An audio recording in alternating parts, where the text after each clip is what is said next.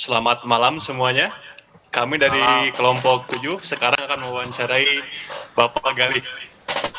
Pertanyaan pertama adalah, apa yang sudah Galih lakukan di semester 2 ini yang sudah mendukung untuk mencapai goals Galih ini?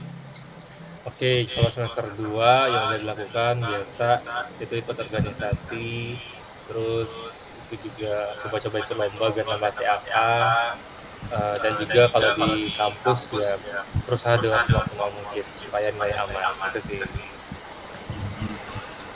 Ya.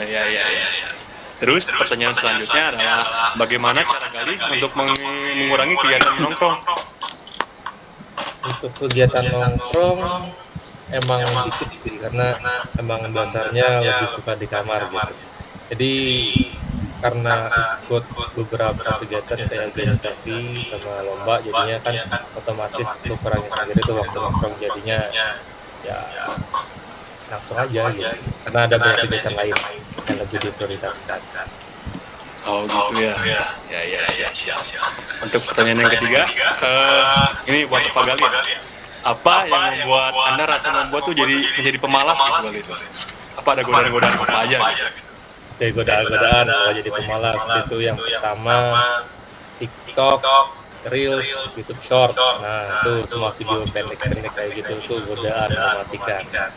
Kalau misalnya udah salah sejam scrolling gitu, pasti susah balik lagi kecuali kalau baterai udah habis gitu. Tapi selain itu, misalnya yang bikin males-malesan itu misalnya kalau lagi stres kan dan tugas apa pasti kayak butuh pelarian gitu. Itu micu yang kedua sih. Atau enggak yang ketiga, misalnya kalau lagi ada film yang pengen banget ditonton atau nggak video YouTube, nah itu dia pengen nonton terus jadinya ke distraksi gitu. Itu sih tiga yang paling jadi males.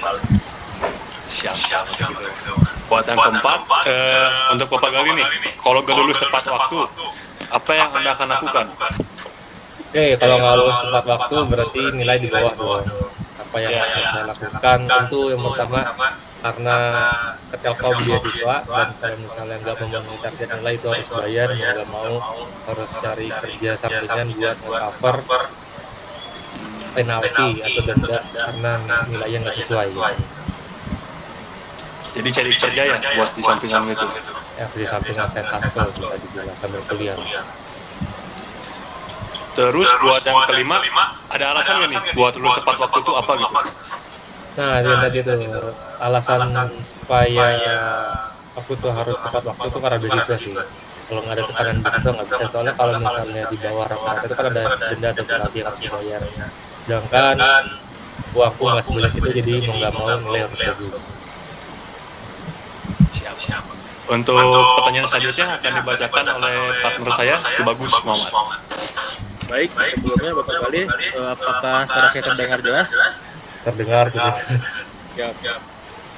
Untuk pertanyaan selanjutnya, bagaimana tips Anda agar konsisten untuk fokus atau lulus tepat waktu? Oke, caranya supaya konsisten, fokus, dan lulus tepat waktu. Pertama, yang paling penting itu punya reason atau alasan yang kuat. Nah, kalau tadi kan alasannya itu beasiswa tuh, mau nggak mau didorong, terpaksa sebenarnya. Tapi yang itu yang jadi pemicu, itu ya dimotivasi supaya kita konsisten ngelakuin tugas sebaik mungkin supaya bisa kuliah gratis, biar nggak kena bayar aja sih. Baik. Pak Galih, terima kasih untuk jawabannya. Selanjutnya, bagaimana cara Anda mengurangi kegiatan mungkin bermain game atau bermain sosial media mungkin? Oke, kalau mengurangi waktu bermain game.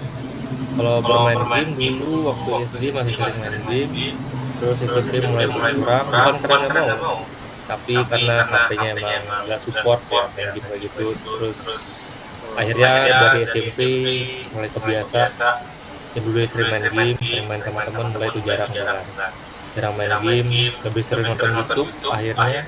Jadi dari SMP itu kebangun jarang main game sampai SMA sampai sekarang. Tapi kalau misalnya sosial media itu sering sebenarnya, tapi khusus di YouTube sih. Kalau Instagram jarang, yang lain juga jarang, lebih sering di YouTube. Itu sih sebenarnya masih sering sih di YouTube, cuman caranya ngurangin itu lebih ke misalnya nonton YouTube itu kan ada homepage, ada subscription itu di menu di bawah. Itu aku udah jarang di homepage karena dulu sempat juga kecanduan YouTube. Itu terlalu banyak nonton video-video yang di homepage kan. Terus sekarang udah mulai dibiasain di subscription gitu. Jadi ya pilihan video sedikit jadinya otomatis berkurang gitu. Baik, saya lanjut pertanyaannya Pak Gali ya.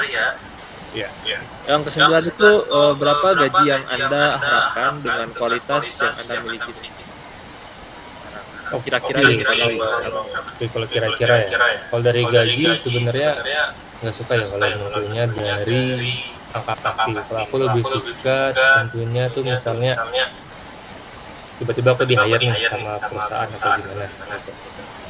Nah, terus aku kerja di sana.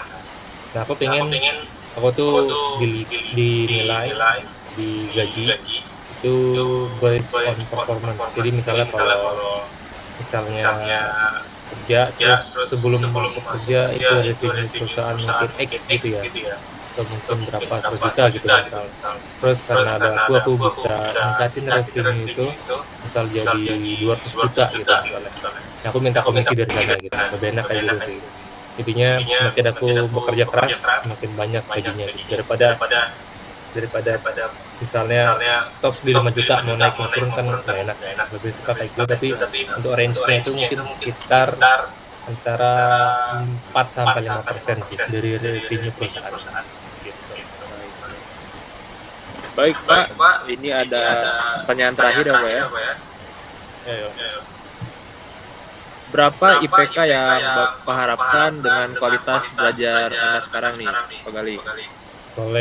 Kalau kualitas IPK ya, karena target dari beasiswa itu sendiri itu 3,5, jadi yang aku harapin tentu di atas 3,5 gitu. Kalau target itu kan target beasiswa, kalau target pribadi di atas 3,8. 3,8.